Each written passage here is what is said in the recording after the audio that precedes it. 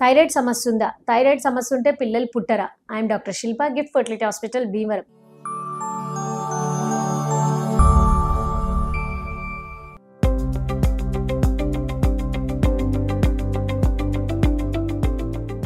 So thyroid problem ఉంటే ఎటువంటి thyroid problem ఉంది, ఎందుకు పిల్లలు పుట్టరు, ఏ విధంగా థైరాయిడ్ పిల్లలు పుట్టే దగ్గర అడ్డుకుంటుంది. సో థైరాయిడ్లో 2 రకాల థైరాయిడ్ అంటామండి. లావు థైరాయిడ్, సన్న థైరాయిడ్ అంటారు జనాలు అంటే వాళ్ళ అలవాటైన భాష.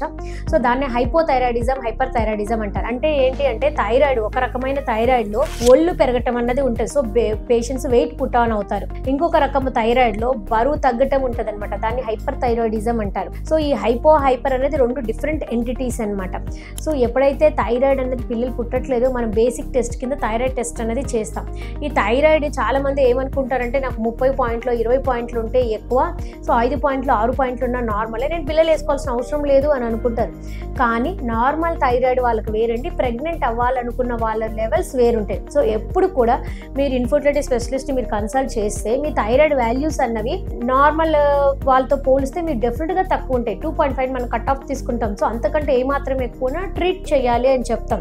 ట్రీట్ చేయకపోతే ఏమవుతుంది, మీరు థైరాయిడ్ టాబ్లెట్స్ వేసుకోకపోతే ఏ విధంగా ఇన్ఫర్టిలిటీ అన్నది వస్తుంది. సో ఫస్ట్ ఈ థైరాయిడ్ TSH అనే హార్మోన్ ఏదైతే ఉంటుందో ఇది మనకు బ్రెయిన్ నుంచి FSH అనే హార్మోన్స్ మీకు కింద పక్క ఎగ్ రిలీజ్ అవ్వడానికి కంట్రోల్ చేసే హార్మోన్స్.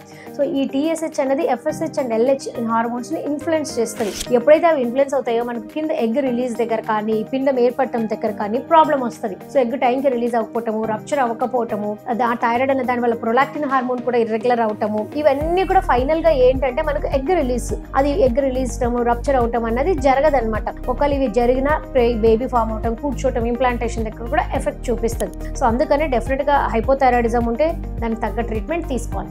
ఇంకా రెండోది హైపర్ థైరాయిడిజం అంటే సన్న థైరాయిడ్. ఇది ఎటువంటి విధంగా ఇన్ఫ్లుయెన్స్ చేస్తుంది. సో ఈ సన్న థైరాయిడ్ ఏం చేస్తుంది అంటే మనకి ఎప్పుడైతే దాంట్లో TPO యాంటీబాడీస్ అన్న ఉంటాయి, అంటే తల్లిలో చంపే కణాలు లాగా పని చేస్తాయి.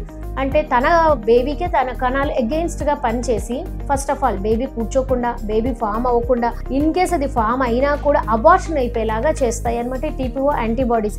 కొద్దిమందికి చూస్తే థైరాయిడ్ TSH నార్మల్ ఉంటుంది కానీ యాంటీబాడీస్ పాజిటివ్ ఉంటాయి. యాంటీబాడీస్ ఉన్నప్పుడు ఇన్ఫర్టిలిటీ, సబ్ఫర్టిలిటీ అంటే ప్రెగ్నెన్సీ అన్నది రాదు. సో అటువంటిప్పుడు కూడా థైరాయిడ్ ట్రీట్మెంట్ కొన్ని పేషెంట్స్ కి మేము సజెస్ట్ చేస్తాం. పేషెంట్ కూడా మేడం మాకు థైరాయిడ్ బాగానే ఉంది అయినా థైరాయిడ్ ట్రీట్మెంట్ ఇస్తున్నారు ఏంటి అనుకుంటారు, కానీ దీని వెనకాల ఇంత స్టోరీ ఉంటుంది. సో ఇవన్నీ ఏ పేషెంట్ కి ఎవరికి అన్నది ఇండివిజువలైజ్ ట్రీట్మెంట్. ప్రతి ఒక్కరు థైరాయిడ్ టాబ్లెట్ వేసుకోకూడదు.